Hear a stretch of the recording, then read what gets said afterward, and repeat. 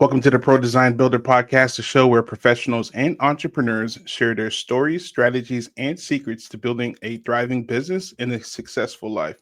I'm Sam, your host, as we dive deep into the world of life experiences and entrepreneurship.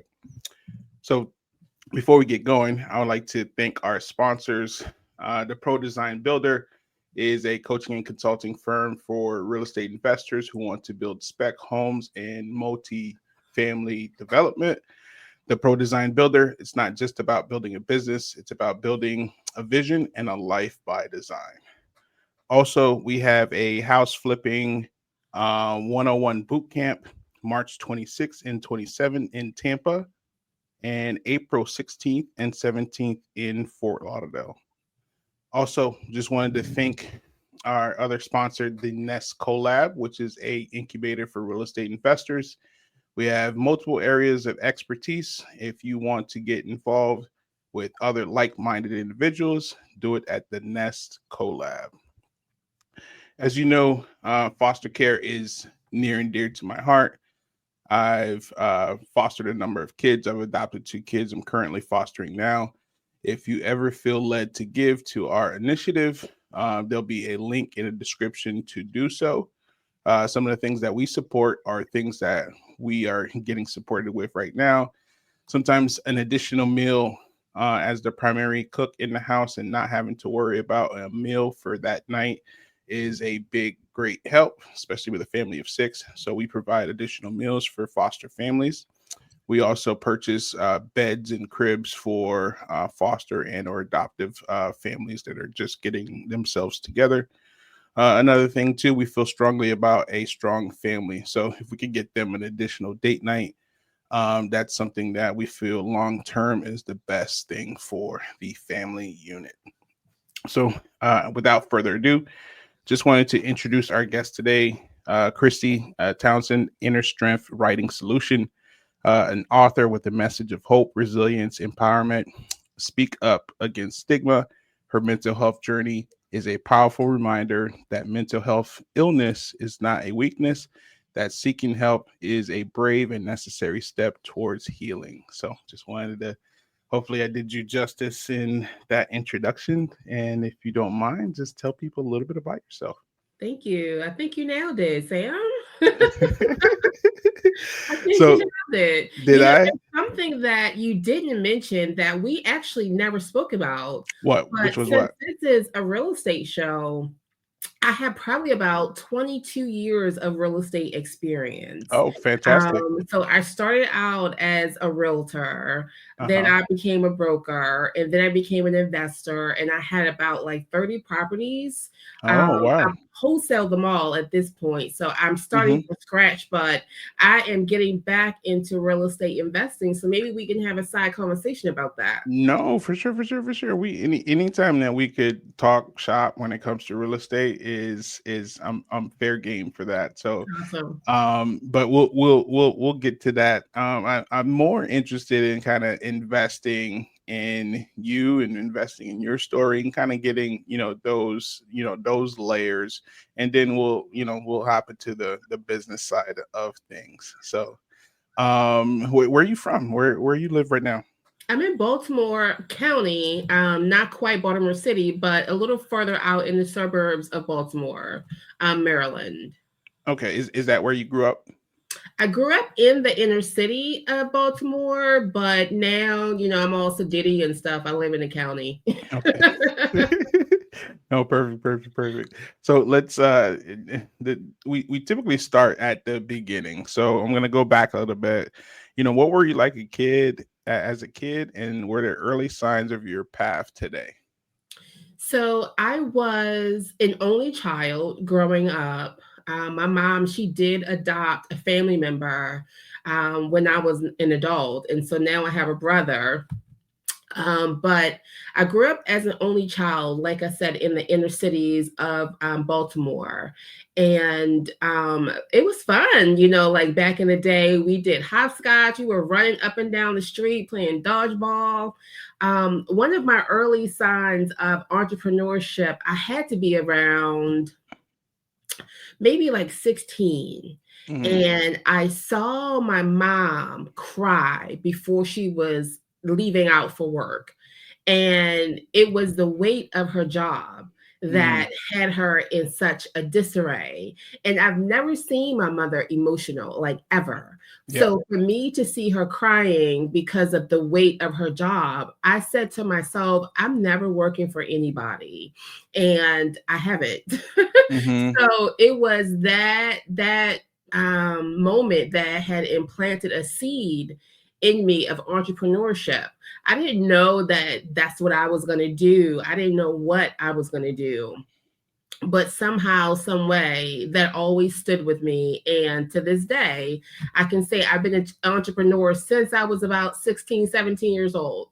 Yep, yep, yep. So it's definitely in your blood. For me, entrepreneurship started early for me as well, with selling, 25-cent candies that we would buy a bag and they were equivalent to like 10 or 5 cents each. And then I'll make 20 cents and then I'd reinvest it. That was the first part, and for me too, my family situation, we came from the islands, we came from Haiti, so my parents were always working. They were never able to like come to my like games and stuff like that when I started, playing sports. But I just remember when I, I was lucky enough to go to private school and play football, but one of the dads would be in the stands and I would see him. He'd come and he'd sit in the same spot every day. And then I just said to him, like, what does your dad do that he could come and sit in the stands every day and watch you practice? He was like, he's a business owner. And then that kind of like sparked me. I was like, I want to be able to have the ability to do that. So then I started asking all of the other kids around me, what does your parents do? What does your parents do? Some is attorney, some is a business owner, some is a doctor, some is a business owner. But the general consensus was business. And so I knew then entrepreneurship was definitely something that was up my alley. So, yep, yep, yep. Awesome. So, who would you say was your biggest influence growing up? That's a really good question, and my knee jerk reaction is my mom, because my father passed away when I was a young girl, and I watched her bring me up. She didn't struggle. She worked for the post office, and she must have managed her money really well because I thought that we were rich Hmm. growing up. We weren't, but No. well, not we, but she. It wasn't my money. Yeah, exactly. um we weren't rich, but we lived a really good life. Hmm. And it was from that I learned principles about how to manage money and things like that. Because when I got into the real world, I was shaken up because it was harder than she made it look. Hmm. Like she made it look really easy because I never saw her complain Yep. about money. I never saw her complain about food. I never came home when the lights weren't on. And I had a water bed when I was like in middle school. So I really Hmm. thought that I was doing something, right? Yeah. My mom has been a real staple. And when life kind of did its own thing, like in a negative spiral, she was Yeah. there for me. And she's always been there for me to love me, love on me in my high moments and also in my low moments. And I really appreciate her for just being consistent in who she is. All right, great, great, great. That's great that you had that example. Did you have extended family around you as well? My aunt, my mom's sister, I call her my auntie mommy because she has that flair and that spark and that fire like that my mother didn't have. That as a child, I wish she had had that fire. Like we all have those family members that tells it like it is, that puts Hmm. people in their place, Yep. and she didn't take any crap. And I always Hmm. looked up to her. And the part of me was like, I want to be like her when I grow up because she didn't take anything, but she was always laughing, always having Yep. Yep. Yep. fun.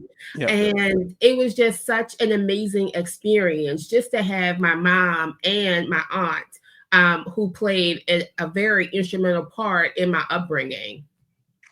Okay. So you say your dad passed away early. How did that experience affect you? You know, I'm a writer and Hmm. I often write this like paragraph. I haven't been able to use it yet, but it's like buried in my head. Um, Hmm. I often say that I was born on Father's Day to a man who wanted nothing to do with me. Hmm. And when he passed away, it was just like a stranger had passed away. I felt nothing. Hmm. And um, that's what I said, but in actuality, that wasn't true. I think subconsciously there was something on the inside of me that was just wrestling with the fact that I didn't have a father who was present. Um, and when I was a teenager, I got into a lot of trouble. And the officials or the adults around me would always pinpoint it to my father being, deceased. And I will always fight against that, saying, no, that's not the case because I felt nothing. I Hmm. didn't really feel the impact of not having a father until I was like in my 40s. Yeah. Yep. Yep. And it hit me like a ton of bricks where I was just wondering, like how could he be absent? And he had other children, but for Hmm. me, he just wasn't there and took no interest that I can remember. And that was hurtful because of the experiences that I had growing up with men and boys and things like that. It was troubling to navigate through. No, for sure. It's one of those things where um you don't see exactly how all of it plays out with having that missing piece. And there's something about when for me, I'm lucky that I had my parents present, but then all of the other kids that I grew up around, they did not. And you could see that how certain pieces that were missing would affect them, in the moment, and then also it affects them, long term. Even like with a lot of my guy friends, that they talk about their, father experience, or lack of father experience, and them trying to grasp at straws to figure out what is a man and what he's supposed to be like and how he's supposed to function and operate. And for me, I had that built in, so I kind of mimic him, so to speak. So it's always good to try to just get that perspective so people Yeah, can get an understanding. totally. Hmm. Was there a defining moment in your childhood that you would say? Around like my father or Just just in general? in general. Let's see, my childhood, it's a blur. Mhm. Sometimes my memory goes back that far, and sometimes it doesn't. If I'm Mhm. jogged, my memory is jogged, I can think of something. But off of the top of my head, I think one of the probably pivotal moments for me when I was probably in the fourth or fifth grade, I was being bullied by someone who her name was Sandra Love, and she was everything but lovely. Okay. Yeah. Mhm. And that moment of being bullied, I had turned to my mom for support. Mhm. And like I said, my mom, she's very not soft spoken, but she Yep. can take a lot. Mhm. And the way that she presents herself is proper and it's Mhm. appropriate. Yeah, But very I well. wanted her to turn up a little bit, Yeah, just a exactly. little bit, because somebody's messing with her baby. Yes, And exactly. I wanted my aunt who has that fire to come up to Yeah. the school and just put everything at ease. Wreck it. Yeah, exactly. Yeah, and Mhm. so my mom, she is just so graceful, in Mhm. her presence and in her appearance. And I was telling all of my friends that she was going to come up to school and she was going to like put this girl in her place. Well, she came up to the school, Mhm. but she had different plans than I had. Oh, She went wow. to go and talk to the administration That's not what Mm-hmm. I wanted. I wanted No. her to like buck wild and Yeah, just like lose exactly. it. But that never Yeah. happened. Yeah. The bullying never stopped, but it was a moment, a point in time for me that was defining because I got to figure out who my mother is and who my Mm-hmm. mother wasn't. Oh, okay. And I picked out some things from that event that I instill in me today. I have three daughters. They're all Mm-hmm. adults. Yep. And when they were growing up, they didn't have any bullies because I didn't play that because I Yep. had a Yep. little bit of my aunt in me. Because And you experienced it yourself, so you're just kind of like, I'm not allowing. I have this defensive feeling, but I'll get into that. Go ahead. yeah, and so I'm not tolerating that with my kids, and I just wasn't having it. And so, like your friend, whose father was at the games and things like that, I was that mom because I worked for myself. So I was Hmm. always at the school anytime there was any type of anything going on, good or bad, I was there. And that's something that I didn't necessarily have growing up because, like I said, my mom was single, a single parent. She Hmm. worked the midnight shift at the post office where she stayed for like 20 some years.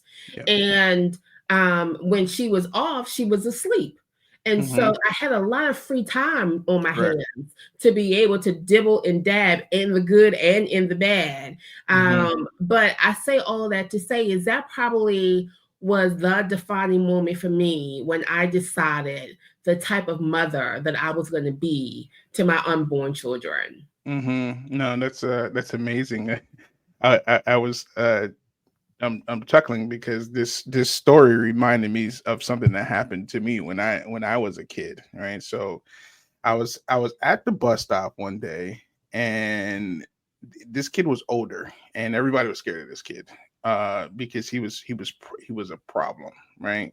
He actually ended up serving 18 years in prison for a bank robbery. So that just kind of just lets you know the type of environment that I was in. But anyways, we're at the bus stop, and then out of nowhere, he sucker punches me. Right. Mm. So my brother is there. He's older, but he's definitely fearful. Right.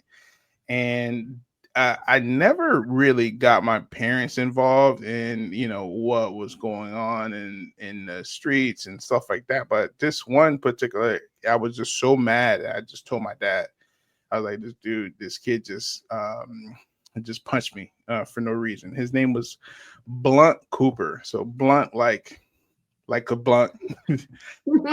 And so my dad comes to the bus stop, right? And I remember I was just kind of like nervous like that. My dad was at the bus stop or whatever. So the kids are on the bus, and I get on the bus, and then my dad jumps in on the bus, right? And he says show him to me, show him where he's at, right? And they sit all the way in the back of the bus, right? So then we walk back there. I was like him, right? And then I remember being scared for my dad, but you're in elementary school, but this is how bad the situation was, right? I remember him, and then probably like other four other boys like stood up, and I was like, oh my god, they're gonna jump my dad. But I remember my dad saying, you don't ever touch my son ever again, right? And I remember that moment because he never bothered me ever again, you know. And that was all that it took. But kind of similar to you, because of my experiences, it makes me very like possessive. Like, well, I'm not playing that with people, right? I'm not gonna allow this thing to happen to them again. It made it very challenging for me in a lot of ways, and that's kind of how I parent or address it. But I have my kids in combat sports, so that just kind of lets you know when time is right for them, they'll be okay. Yeah, totally. Yeah. So, what were your grades like growing up? Were you a good student, or did you kind of struggle in that department? Oh my gosh. I was a horrible student. I think I Hmm. was a horrible kid, like, especially in my teenage years, because, like Yeah. I said, I was just like a loose cannon. And what made it so bad is when I was 16 years old, I had this brilliant idea that I wanted to move out on my own. Oh, wow. Again, my mom made it look really easy. And so I thought I could handle it as a 16-year-old. So I'm in the 11th grade. I have my own car and my own apartment. Oh, You couldn't wow. tell me nothing, Oh, wow. right? Wow. Wow. Like, You what know is the what I mean? teacher going to tell me? I got my own car and I've seen teachers like on the bus stop after Yeah. school. My head was just too big, just Yeah, too big. exactly. Exactly. And I didn't recognize it then. I recognize it now. But at 16 years old, I moved out. You moved And out. my Yeah. mom, she told me, because I got a check from my father since he passed away, right? And so my mom would use that money that I was getting monthly to pay for my rent. But she made it clear that you're on your own. You're going to have to pay for everything else if you want to do this. She said no at first for a couple times, but then I convinced her yes. And she said you're going to have to pay your light, for your food, your utilities, like all of that stuff. And I'm just like, okay, no problem. I'm just eager to get a yes out of her. Yep. And the first month, she set me up with food. My refrigerator was stocked. She gave me some of her like pots and pans. You know, she filled up my like my laundry area with laundry detergent. She set me up the first month, so I was good to go. Yeah. And then all of that stuff ran out. And I was on my own. And so I'm thinking I'm just gonna phone home and I'm Yeah. gonna And then say, Mom, replenish it like you're good yeah, now, right? Yeah. I need some support. And she said, no, Yeah. absolutely not. I told you, and that probably was the first time that my mother told me no. And it was defining again because I had to figure things out on my own. I had to figure out what I was going to do. And so I went to school and I printed out flyers like, I'll do anything, whether it was cleaning, cooking, walking your dog, doing your hair, like whatever the Okay. thing, like anything, any service type of thing I was willing to Resilience. do. Yeah. And I printed out these flyers, I plastered them in my neighborhood. And before I know it, my phone was ringing and it worked. Yeah, good. And here it is, I'm 16 and it was hair that was the staple for me. And I would have like a living room full of women who were just waiting for me to like do their hair. And I was so rich. You couldn't tell Yeah, me exactly. nothing. Yeah. So it worked out for you again. When I went to school, you know, my head was so big, my grades were horrible in the floor because I didn't even understand why I was there and why school was important. And so I wound up dropping out in the 11th grade because I thought I knew it all. And I didn't graduate high school. And when it was time to graduate the following year, I told my mom like I had a stomach ache or something like that, some lie. But she had a cruise set up for graduation for us to go on. You know, I went on that cruise with a straight face. You did? Oh, wow. I never told her as a child or a teenager that I had dropped out of school. I couldn't. Oh, she didn't know. Oh, wow. I could not. I couldn't deal with the disappointment that I would have caused her. Yeah, exactly. Yeah. And so I kept it a secret for a really long time, like years. But now I am on the quest of earning my PhD. And so my grades today are completely different Correct. than what they were when I was growing up. Now I have such an affinity for education and learning that I didn't have back then. And it's beautiful to be able to learn and expand your mind and, you know, to just take in new information. No, for sure. I mean, I had a I have a similar experience, an opposite experience to what you're describing, right? So for me, I was in dropout prevention. I was one of the bad kids. My grades were mainly all Fs. I struggled to. I was behind. I remember in the 8th grade, I had a fifth grade reading level. I was really behind. It was a combination of the environment. English wasn't my primary language. It was a whole bunch of different things. And I remember in the eighth grade where this switch happened, and I just started to apply myself, and my grades got better. And then freshman year, they were like 3.6, 3.7. Like they were really good. I never got below a 3.0 after. But I wasn't dumb. But I remember when I got to college, I never completed a book before, right? And when I got there, there was this class. It was very good. I forget the name of it now, but I finished my first book cover to cover, and that was I think I was a freshman then. And then I kind of went through school, graduated, but I kind of took a little hiatus from learning. But then COVID happened, and then when COVID happened, I picked up another book for the first time, and it was Start with Why, and that Mm, just triggered everything in me. I felt like I grew like right after that book, and wow. since then I've read over like 120 books, and our kids have a library over 200 books. My daughter's reading like out of the stratosphere and writing and stuff like that. So it's this complete opposite from where you were, so that's kind of cool to see. Yeah, yeah. Hmm. Books are amazing. I love them. Yep. So we want to dive a little into your story, and I'm just gonna kind of just let you kind of go because you get older. Okay, let's take it step by step, I guess.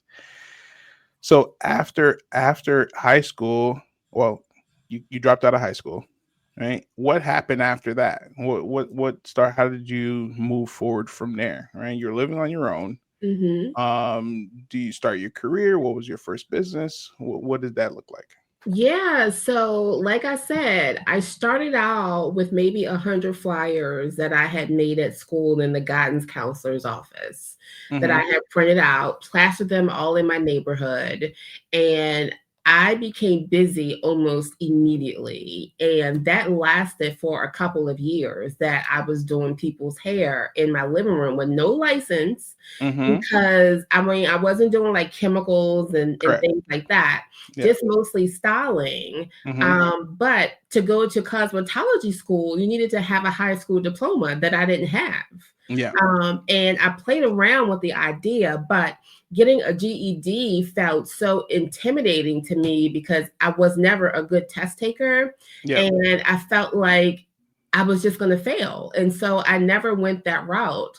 What I did do was I got into real estate at an early age, probably like 25, around like 20, 24, 25. And the rest is history as it relates to real estate because one, you do need a high school diploma to be a realtor, but I lied on my application and nobody ever checked. And so No. that little box that says like, are you a high school graduate? I just Yeah. said yes and You just kept it yes. moving. Yeah. Exactly. Okay. You passed the And test, so that's what I matters. passed the test. It took me a couple tries, Mm-hmm. but I did pass the test. Mm-hmm. But I did go back and get my high school diploma when my oldest daughter was about 16, Mm-hmm. 17 years old. Yeah. It was like life was coming full circle. Yeah. And she was college bound, and she made a bet with me that let's both go to school, to college, and let's see who can finish first. And we Oh. both were kind of like competitive in nature, not so much with each other, but just in nature. We're both competitive type of people. Mm-hmm. And I was like, game on. And so I was kind of like tired of like that dark cloud over my head about Of my not completing. education. Yeah. Exactly. And because I learned to read like business books early on, and I attended workshops early on and seminars and things like that, I Mm-hmm. knew how to present myself and I knew how to carry myself in public. And so I never spoke ghetto Mm-hmm. or in a way that people would question my education. Yeah. Most of the time people would give me more credit for having the education that I didn't have. And I would Right. never change their mind about that. Mm-hmm. Um, and so I just let people believe what they wanted to believe. But on the inside, I knew that was something that was unfinished with me. Yeah. And so here in Maryland, they have this program called the External Diploma Program. And Mm-hmm. that program is not a GED because you graduate with your high school diploma. And I wanted to finish what I started. And so I went that route. And then I graduated. I walked across the stage with my cap and gown, Okay. with my kids, there for me with my high school diploma. And Mm-hmm. I had to be like in my 30s at that point in time. Yeah. And then from there, I wound up going to university, where it took me about 7 years to graduate, because at first I was taking about one class here, Yeah. two Yeah. classes, and Mm-hmm. it just wasn't really. It wasn't even really part time. It was just I was just It's attending just as I taking could stuff. Yeah, exactly. Yeah. as I could, yeah. And then it wasn't until I graduated, during COVID, actually, that I decided to continue on my education and to get my master's. And Mm-hmm. so I'll be graduating in the spring with my master's, and then I'll be going on to get my PhD beginning in the fall of this year. So this Okay. year is packed with Yeah, stuff. exactly. No, no, no, for sure. You're making the move, right? You're making up for lost ground. Yeah, and so it's just interesting to me now, because growing up I had no appreciation for knowledge whatsoever, and Mm-hmm. now it consumes me, because I love it so much. And I just wish that I had gotten this whiff of knowledge years ago, but everything happens in a perfect time anyway, so it's all good. No, for sure. I know for me, I constantly have something in my ears. I'm constantly consuming information. I think it was in 2020 when I made the decision to be a lifelong learner. So, and committing to learning about, all things, Mhm. that includes, diving into my faith. So the first, I would say 2020, I dove into about 30 something books that year. And then it was like the end of 21. I had dove into a whole bunch of more books. And then I said, what if I chased God the way that I'm chasing, these books and trying to gain this knowledge? Because I want to be closer to him. So I want to know if does that play an aspect for you, or do you have a relationship with faith, etc.? Yeah, I would say from an early age, probably 5, I was feeling different, Hmm. in the aspect, like my grandmother, she passed away at 5 years old. Yeah. And I remember going to the church and like being afraid to put my feet on the floor, because I thought like the demons were gonna like pull me down to hell. Oh wow. So I never like put my feet on the floor in the church. But there was just I felt like a pull on me back then. And so my grandfather, this is on my father's side, Yeah. my grandfather, my dad's father, he was a deacon in the church. And I remember saying to him one day, can I go to church with you? And he said yes. But when it was time to go to church, this wasn't like a Sunday, this was like during the week. Hmm. And he said yes. But when it was time to go, he just left. And I remember He walking, forgot. I don't Yeah. know. Well, You don't know? my Yeah. grandfather, he was interesting. The stories that I hear from like my mom and my aunts, Yeah. he was a player basically, right? Hmm. And Hmm. he didn't want no little girl tagging behind him while he was doing his thing. Yeah. Yeah, exactly. And so I wound up walking at least a mile or two to get to the church. And I remember getting there, going through the back of the church because the front building was locked. Hmm. And him just being shocked and seeing me. And I was like, you said you was going to take me to church. Oh wow. And you didn't. And I wound up going visiting church members who were on their deathbed, basically, in the hospitals, and he visited some church members in their home and prayed for them. And that there was something in me. And then I was like, wow, I want a part of that. And my mom, like, to forward it a couple years, my mom, like I said, she worked the post office, so she slept during the days most of the time. And so I would call my uncle Eddie, who was also a deacon in the church, and he would take me to church every Sunday. He would pick me up like clockwork. And I Mhm. look forward to going to church on Sundays and riding with him. He was almost kind of like my father figure, growing up. And that time and spending time with him was just so remarkable. I'll never forget it. He's gone on to glory now, but Yeah. I would say it started from a very young age. And then as I grew, I realized that there was just a part of me that had to surrender Mhm. to that higher power. And, I call myself a Christian, but I really feel like I'm just a spiritual being out here trying to be obedient and trying to be more Christ-like on a daily basis. I mean, we never all get it right.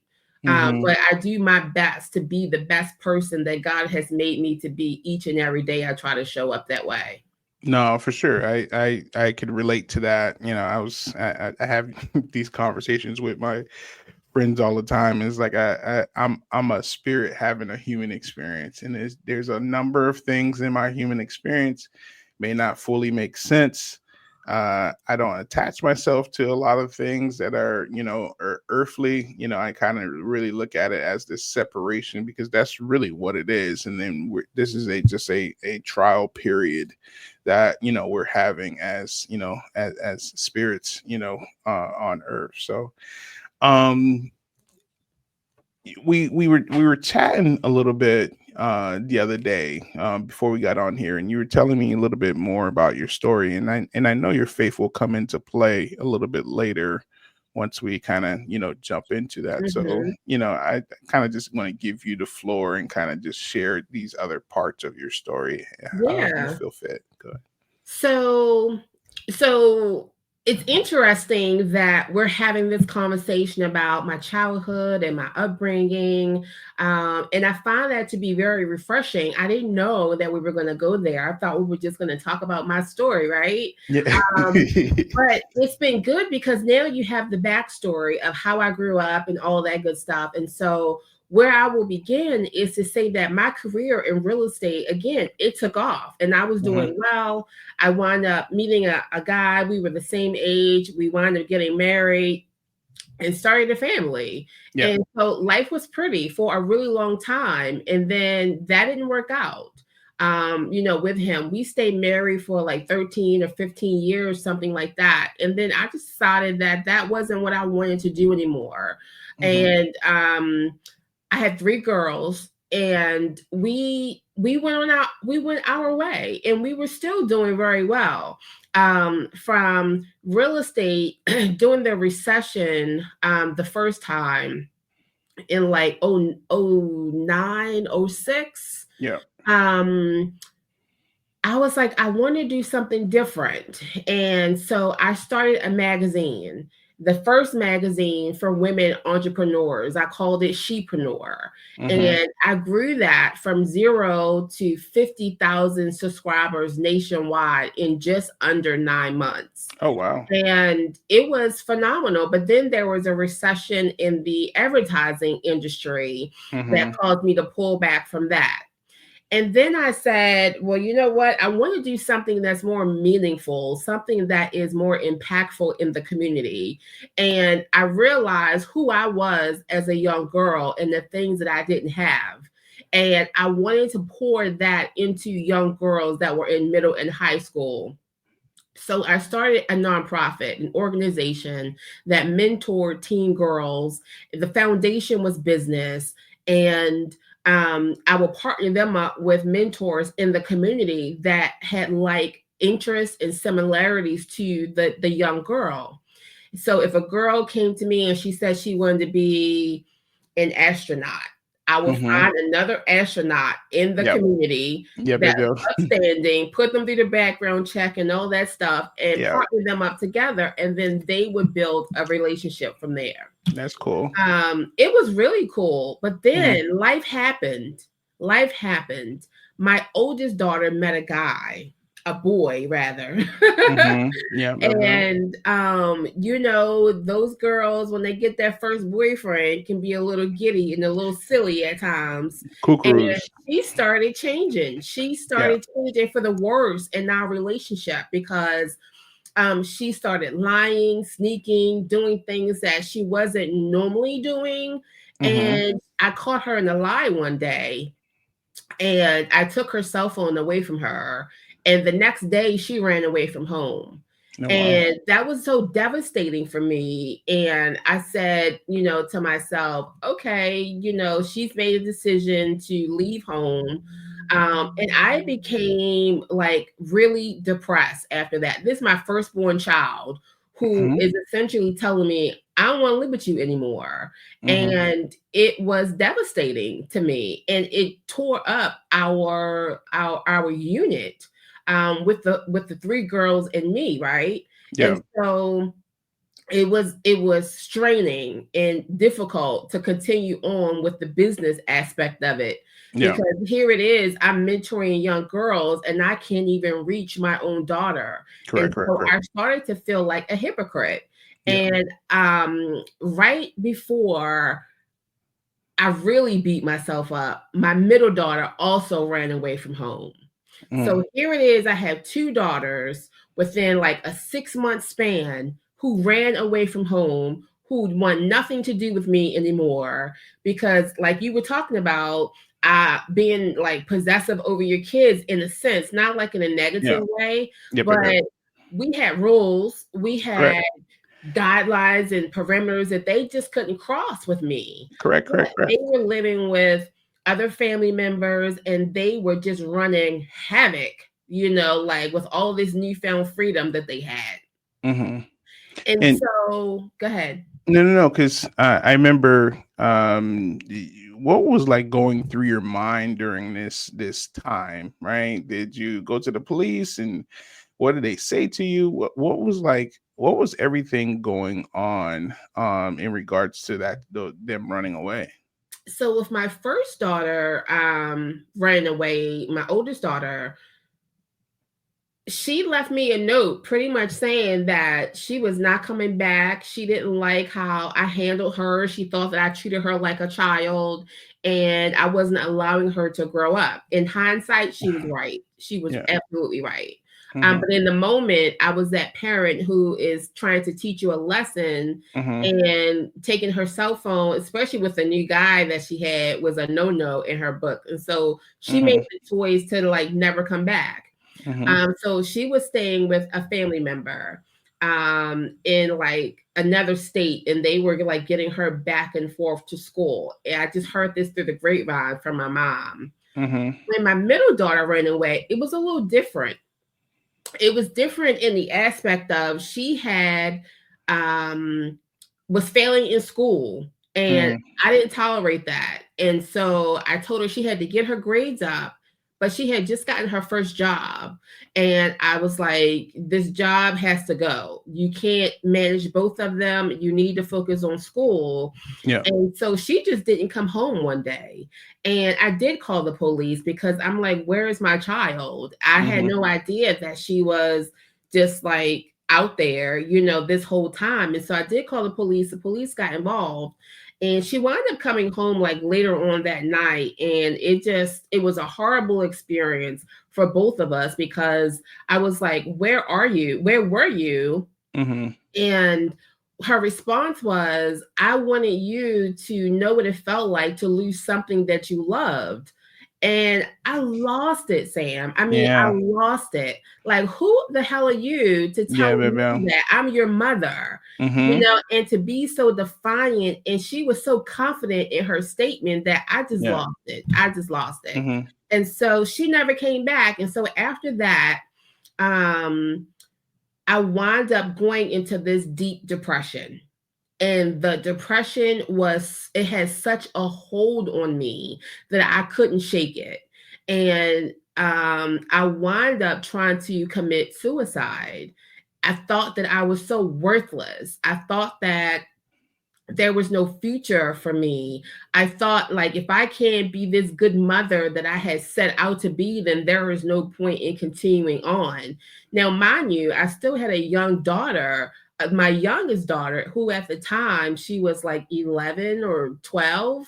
Mm-hmm. Um, and she was going through a loss of her sisters, but I Right. couldn't recognize that because I was just so caught up in my own hurt, in my own pain, that I neglected her, not realizing that we could have fed each other, Mm-hmm. For sure. but I wasn't there. Mm-hmm. And so to fast forward, I attempt suicide. I burned my house down with me in it because I wanted to die. Oh, And wow. I wound up getting arrested for arson because you can't go around burning stuff down, right? Correct. Correct. Correct. Correct. Correct. Correct. So I go to jail and I'm confronted with everything that has gotten me to this point emotionally. And I made a promise to God at that point, like, if you get me out of this, I will serve you, I will worship you, I will do whatever it is that you need me to do to let people know that you are the light and Yeah, there is exactly. light at the end of the tunnel. And Mm-hmm. so I wound up having to sit in jail for 30 days. I was denied bail 3 times before I was let out on my own recognizance. But that took about 30 days for that to happen. Yeah. When I get out of jail, I met, I was confronted with no place to stay. So I Mm-hmm. had to go and live with my mother for the first time since I was 16 years old. And that was so humbling. I can't For even sure. express Mm-hmm. in words what that was like. With my daughter, my young daughter, at that time. And it was a challenge, but I gave myself 6 months to get back on my feet and to get my own place because that was not going to be my final destination. And Mm-hmm. I was so fired up to make sure that I was out of her house within like 6 months. And that to the almost to the T, 6 months to the T, I was out. I had wound up finding an apartment, well, a townhouse that I rented, and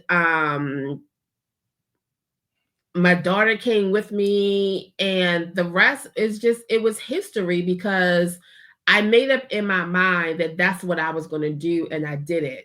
And ever since then, I have been telling people about the goodness of God and spreading my message of hope, because if I could have overcome all that I've went through, Yeah. then there is no way that anyone else has to stay stuck in their Mm-hmm. position where they are if they just look at the life that I have lived, knowing that you can come out on the other side of it, but you do have to fight. You do have to put in the work. You do have to roll your sleeves up and get dirty a little bit. And I did all of that grunt work so that I can get to a place of where I am today. No, for sure. You definitely did. So there's multiple aspects happening here, right? You have your base, which is, you were on your own before. You know how to do it. You had to fight and to get on your feet, at an early age. And then you have this situation that you're encountering where you have to do the same thing again, but this time you have to rely rely on God because you're in a, a sunken place or a low place. I could really relate to that because until I started really kind of vocalizing the my experiences and stuff like that, I felt very, trapped. I was kind of more like, isolated, I felt like. And it wasn't until I went to therapy and stuff like that, I was like, you know what, Sam, you got a pretty special story to tell, so you need to start using these experiences as a strength and not looking at them as a weakness, because you really have a powerful story to tell. Mhm. So Mhm. so all right. So you're living with your mom now, and then you give yourself 6 months to get back on your feet. you get it done, right? And you're getting back on your feet. And then what happened from there? So from there, I go furniture shopping because my bank account is where it needs to be in order Yeah, for me to get where I need to be, right? correct. And so now we're furniture shopping. We're going to fill this house up and we're going to make this house a home. Yeah. And I remember furniture being delivered to my house, and I struck up this beautiful conversation with the delivery guy. And the delivery guy, we were talking about church, we were talking about just our faith, and it was Hmm. just such a rich conversation. So when Yeah. he was leaving, he asked if he could have my number. No, he asked if he could call me. He already had my number. Yeah. Yep, yep. But Hmm. he was like, "Can I call you?" And I was so taken off guard because Hmm. one, here it is, just 6 months prior, I was in a jail Hmm. and I was in there for attempted suicide. Yeah. And here it is, just 6 months later, this guy shows up. And so I was scared because I'm still healing. I'm still recovering. Yes, I'm in therapy, but I'm not all Yeah. the way there yet. I'm Correct, still correct, correct, correct. dealing with the hurt and the pain and the betrayal Hmm. that I felt. Um, I'm Yeah. the hurt and pain that I had felt. And so it was just so traumatizing for me to even think about having a relationship. And I wound up saying, yes, you can call me. Hmm. And we dated for about like 6 months. And then he proposed to me, and we got married like 3 months later. So, all within a span of like a year, my Hmm. trajectory changed from being in jail to now being married in a happy relationship. And I didn't know what to do with all of that besides call it a blessing. Hmm. Because when I looked at it in retrospect, he was everything that I had asked for in a man. And I was so overwhelmed that God would be so good to me to bless me with Hmm. another human being who had his heart, who understood my story. Yeah. He never showed me any judgment. Hmm. He never like gave me the cold shoulder once I told him everything that I was Everything. going Yeah, through. yeah. And He you were was in it. there for me. Yeah, Yeah, he you was were in it. there for Yeah. me. And I Hmm. so appreciated that because it could have totally went the other way. He could have totally said, "No, I don't want to be bothered, with all of this." Because mind you, I was out of jail, but I still had a whole trial Yeah, but that I had to go through and that I had to get through. That part wasn't over. yeah. And I hadn't even started my trial when I met him. So it was a lot that he was taking on when he decided to take me on and date me, Hmm. and he was all game for it. Yeah, yeah, exactly. He's a trooper for sure. Yeah. If you know he could be there for you, that was like your low moment, right? And Yep. he's there for you, and he's like, hey, we're going through this season together, right? And Yeah. he wants to be present. It sounds like an amazing guy. Yeah. Yeah, for Yeah. sure. So we've been married today. It'll be 7 years this year Hmm. that we've been together, and it's been a joyous ride. I can't say that it's been all roses because we're human being and we Correct, do correct, correct. bump heads at times, but overall it has been a joyous ride. Great. I mean, that's amazing. I'm happy. I'm happy for you. Thank Right. So now let's so you when do you become a author, right? So because we didn't get into your writing. When did that start for you, and how is that going? So, interestingly enough, when I was in jail, a guard had offered me a pen and paper. And before then, I had never wrote anything outside of like a business setting, like a correspondence, an email, marketing materials, and things like that. But I had never wrote like in a journal, and I had never wrote creatively before. And so there was an outpouring of emotion for me in jail, writing just whatever was on my heart. And I began to unravel a lot of the darkness that I was feeling. And a lot of it had to do with shame and guilt.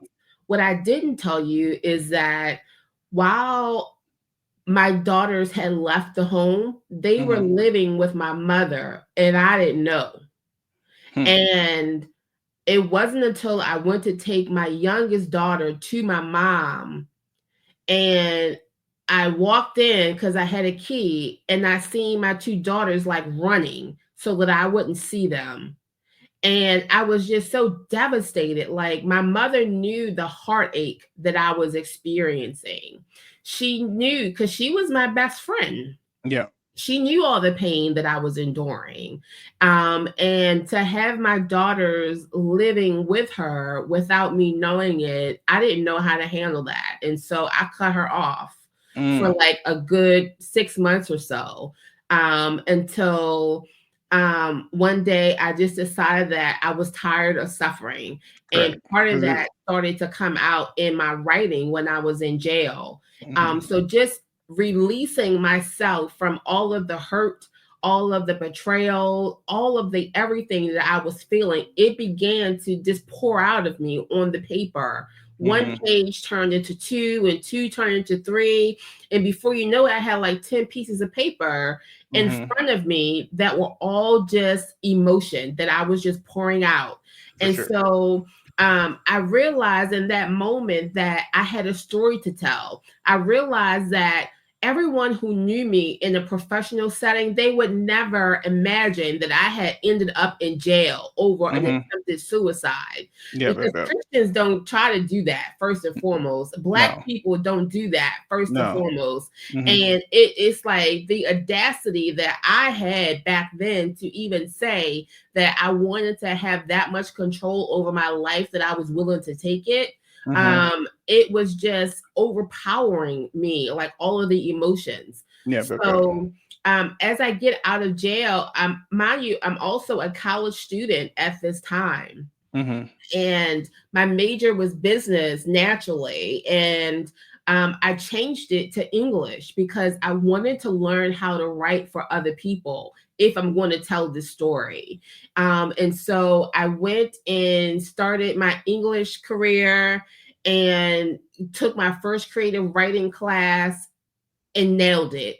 Mhm. And from there, when I graduated from undergrad, I went straight into a master's program that teaches me writing and publishing, which is exactly what I wanted to do. And so, after about 2 years in the program and taking all these classes around publishing and writing, I had the confidence because, mind you, I've been an entrepreneur since I was 16. Yep. I'm not scared to start a business. No, And for sure. so Yeah. I was like, after 2 years of being trained in writing and publishing, I felt confident enough that I had enough resources and tools in my tool belt to be able to start something meaningful. But I found writing a whole book to be a bit daunting and overwhelming. Like, which Mhm. part goes where, and how do you say this without being too much, and this, and that. Yep. And so I said, wow, if I'm having this challenge, because I believe that we're more alike than we are different, then there Mhm. has to be other people out there too who are having the same experience of writing a book. And Yeah. so I just posted on my Facebook page, hey, who out there is willing to write a story, a book with me about mental health? Mhm. And over 200 some women raised their hands saying me.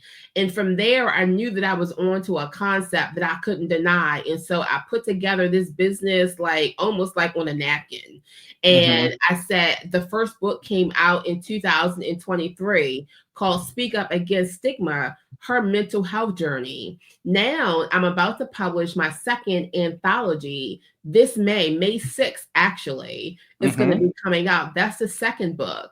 And I want to do it, publish a book on mental health every May without even thinking about it, because May is Mental Health Awareness Month, and God has Hmm. afforded me the opportunity to be able to do that. So this For sure. year, I have 12 more writers. So that's 12 chapters. Each author gets a chapter where they Hmm. are telling their story, and they're telling their story from their perspective. And every story is different because Very, yeah, mental health doesn't have just one face. it doesn't. Mental health No. doesn't just identify with white people or black people or women or girls or teenagers. It Hmm. will attack anyone for any reason. If you live long enough, you will be impacted by mental health. Mental For sure. health is something that impacts us all. It's not just their problem or someone else's problem. It Hmm. affects us all. Yeah, yep. It's your personal, your personal problem for sure.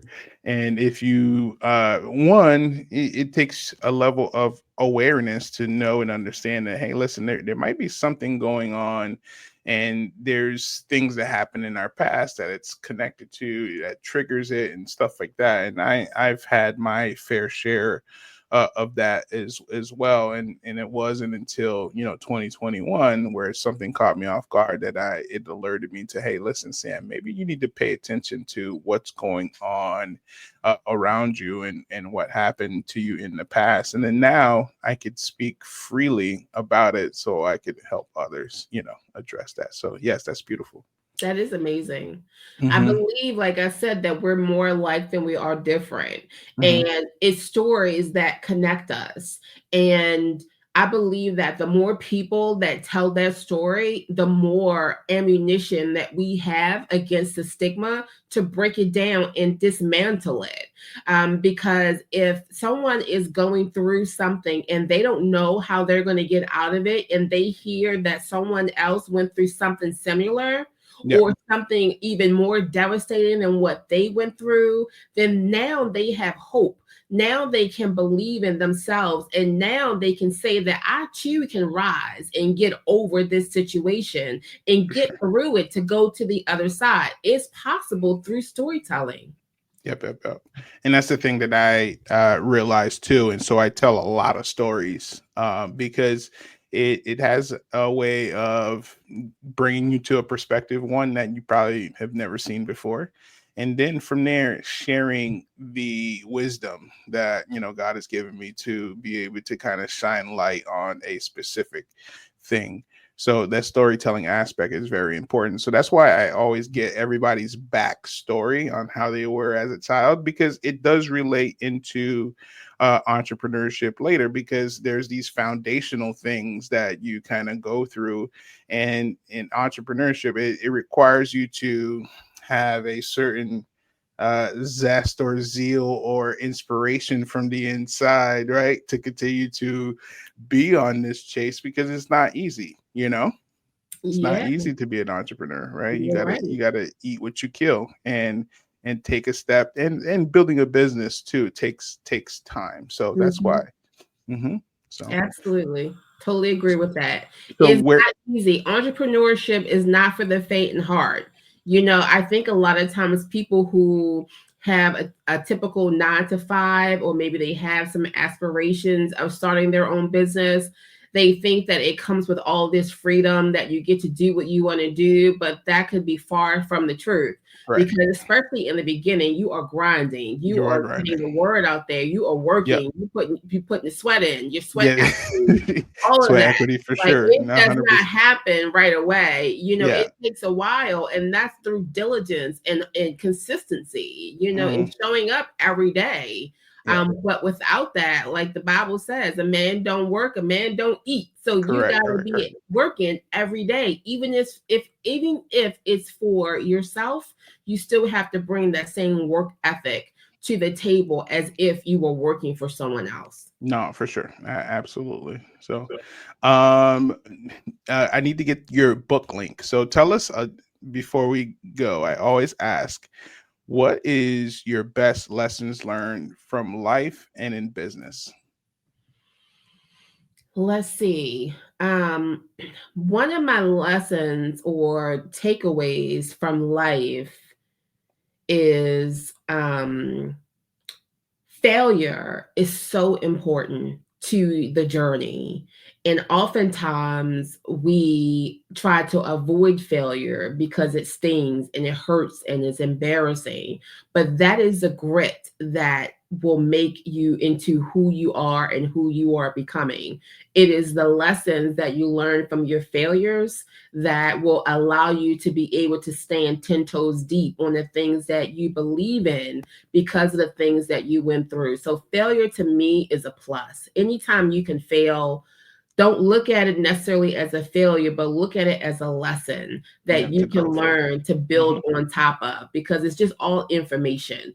It's Yeah, information of letting you know that maybe you need to redirect or do correct, something different, but it's not the end of the world. It is correct, not. correct. Couldn't agree more.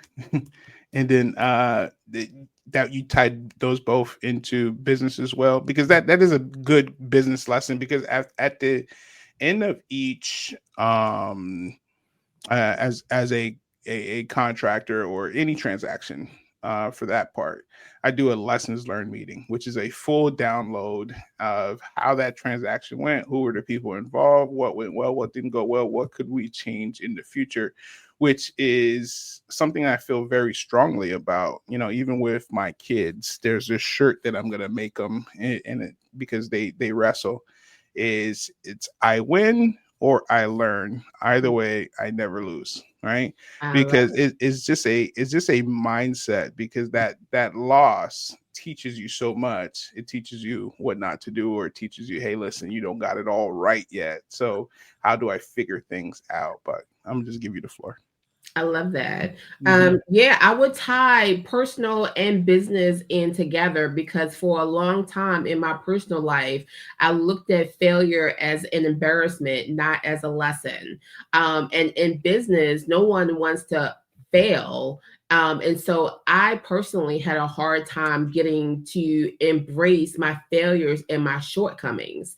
Hmm. And so to be able to be at a point now where I will say, like this is a lesson and not a failure. And so it applies to both realms of me, personal and professionally.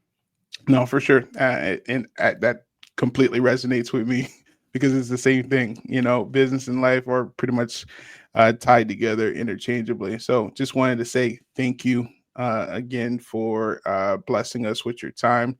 Thank you for sharing your story, and thank you guys for watching the Pro Design Builder. It's not just about building a business; it's about building a vision and a life by design.